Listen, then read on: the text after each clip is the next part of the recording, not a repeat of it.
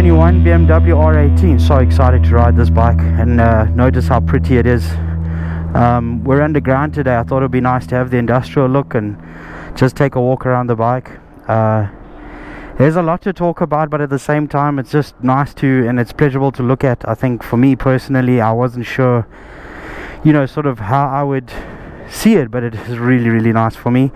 It is a lot of typical BMW, but there's also, you know, you can see that they've targeted a certain group of people by the steel frame, the fatty front tire, you know, the telescopic forks, etc. So let me take you through some of the highlights that BMW talks about a lot, and that is, one is the tank from the 1930s.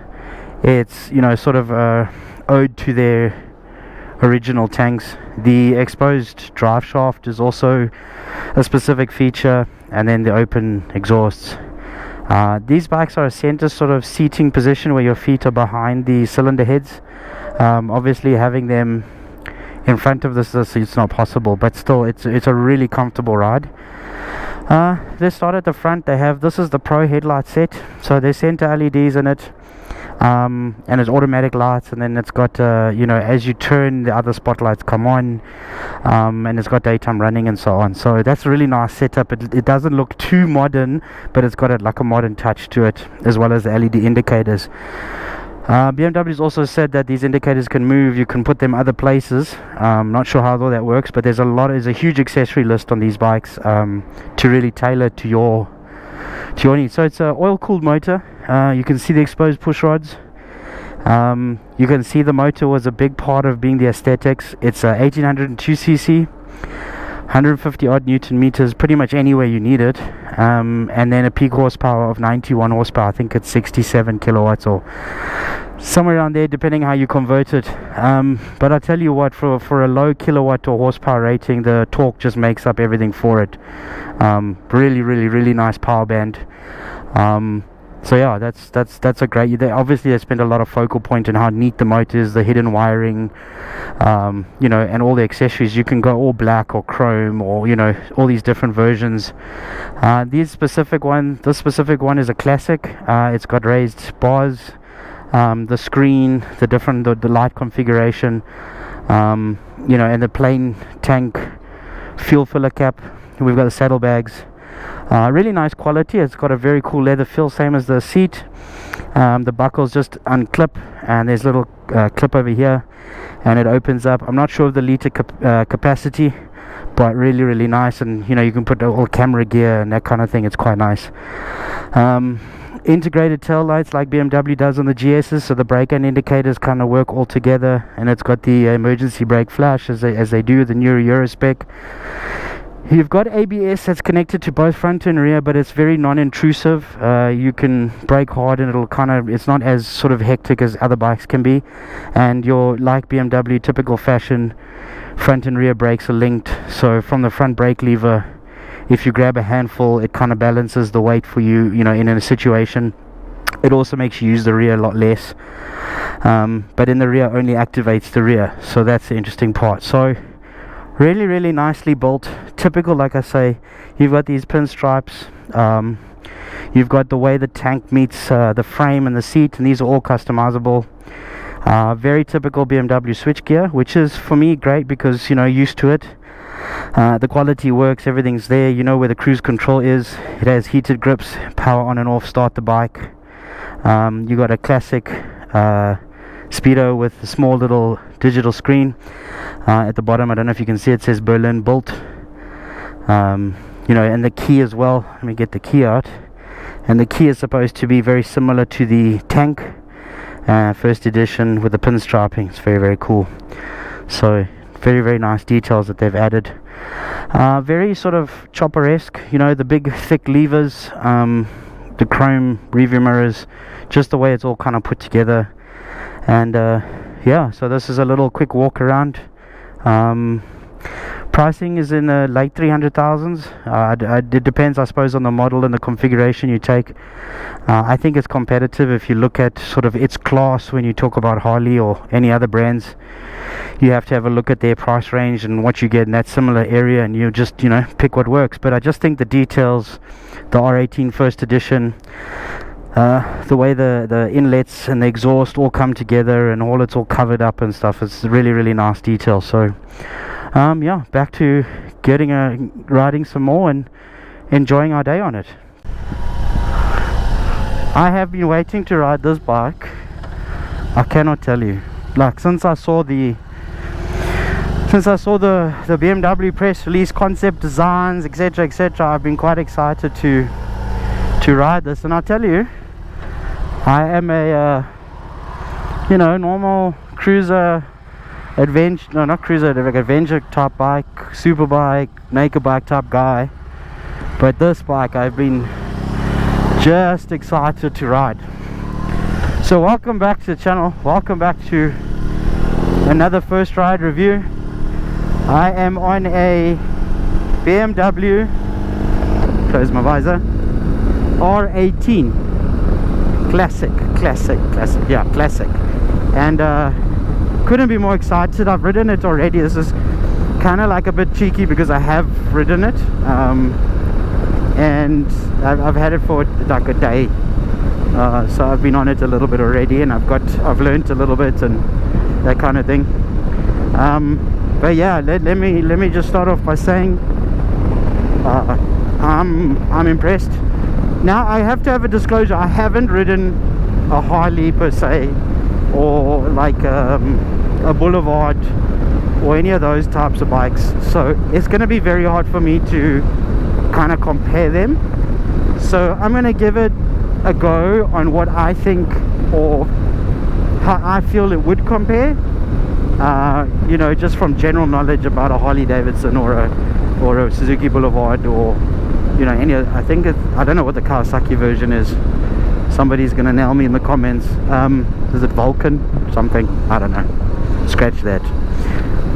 So let me start off with what it's 1800cc, 1802 I think, 115 odd Newton meters, 90 horsepower, and 6 speed. Center footrests. You don't have the extended, obviously, with the boxer motor. I was actually reading, it's over 100 years BMW's been making these boxer motors. I didn't even know that.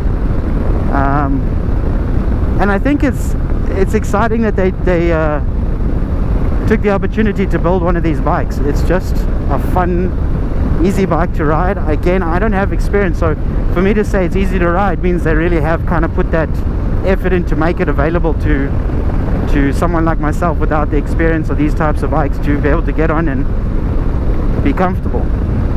So in saying that, R18 Classic first edition, and you'll see on the clocks close there it says Berlin built.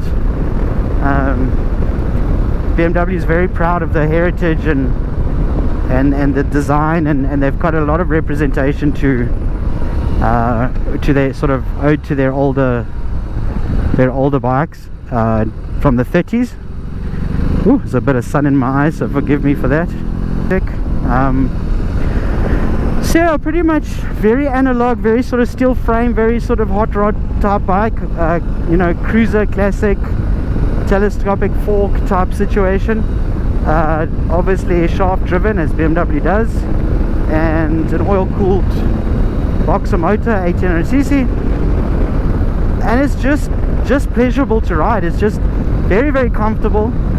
You kind of you get the feeling that you're that type of rider, if that makes sense. You kind of got the stereotypical view of what somebody who rides a chopper slash cruiser slash, you know, Harley fat bob soft tail thing. You kind of stereotype those people, but as soon as you get on this, it's kind of like you almost like, oh, now I get it. That's why, you know, they sell. This is why people ride them. There's definitely a different feeling of riding a motorcycle than getting on any other type of motorcycle. This has its own unique feeling. You've got naked bikes that feel like naked bikes, but it's kind of like, you know, sort of it's a naked superbike. You've got super bikes that are super bikes, you've got adventure bikes that all feel very similar, and you've got hardcore adventure and cruiser adventure and that kind of thing, but they're all a derivative of each other. This is so much of its own, and you can hear the sound. I don't know why you hear it, but you hear the sound of what it feels, and it's like, oh, you know, I'm that guy. And it's I thought I was gonna like it, and I do like it. I was expecting how it would feel, but it feels nothing like what I expected, but in a good way. It's just got a cool, comfortable position. You're kind of like sitting, resting, and it's sort of not so harsh. I'm not struggling with any heat. I have been riding it while it was hot today. I haven't been struggling with heat, and it's just been really, really nice. It's super stable. It's got a real sort of thick front tire, like a fat bob front tire. It's a 6-speed. The power's there. It's, you know, it's not built for 200 k's an hour, but it's just really, really nice. Like, I really like it. And so I'm very pleasantly surprised and pleased at how this feels to ride. As I said, in the slow-mos and shots and the walk around, you know, typical BMW switch gear, it's obviously, that's all very familiar, and why shouldn't be? It works, it looks nice, it's there, and the mirrors are perfect, they're easy to see. I'm comfortable. I'm kind of, you know, I'm a shorty, so it's always nice to be able to touch the ground flat-footed. It's always a welcome feeling. But I thought it would be heavy, and it is heavy. I can't tell you the kilos, but it's definitely a heavy bike. But it's not heavy 2 k's an hour and up, if that makes any sense. It's just super easy to roll around in it, and yeah, I'm really, really excited. So there's a lot of iterations. There is a couple other options on the bike. I think there's a roadster version or so on, but you know, it has features like pro LED headlights, which, you know, it's automatic depending on the light, day or night. It'll switch for you. It's got daytime running lights. And it's got adaptive. If you get the pro headlight, you know, if you turn, the one spotlight comes on, or, you know, depending how it's configured.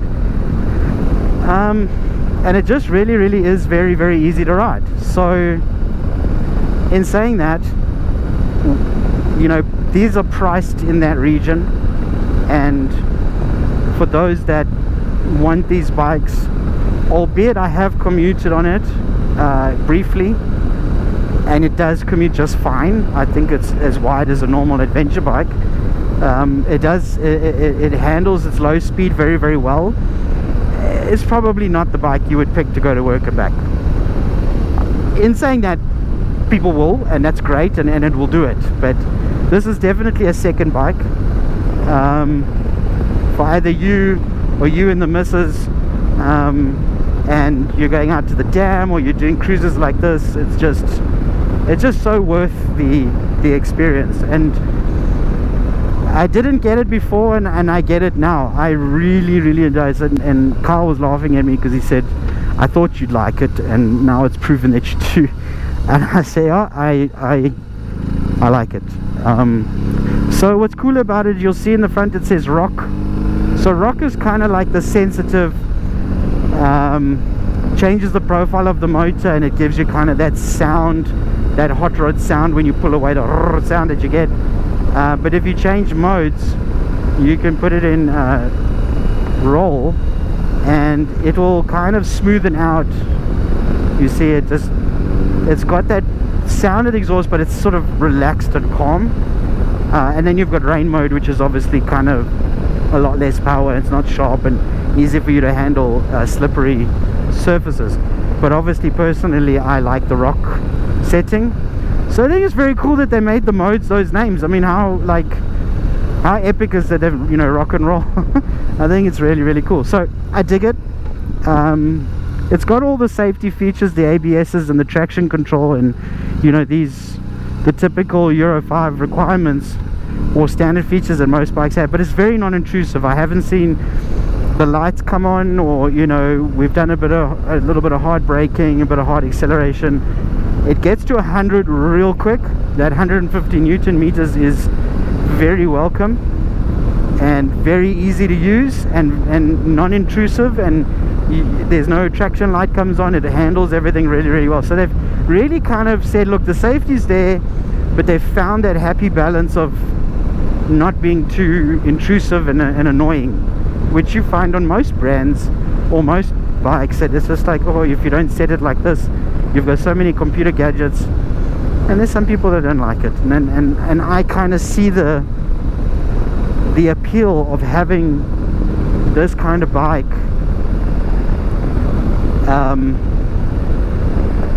you know, without it being too complicated, but then have some of the luxuries like cruise control and the adaptive headlights and, you know, all those good things. It's got heated grips.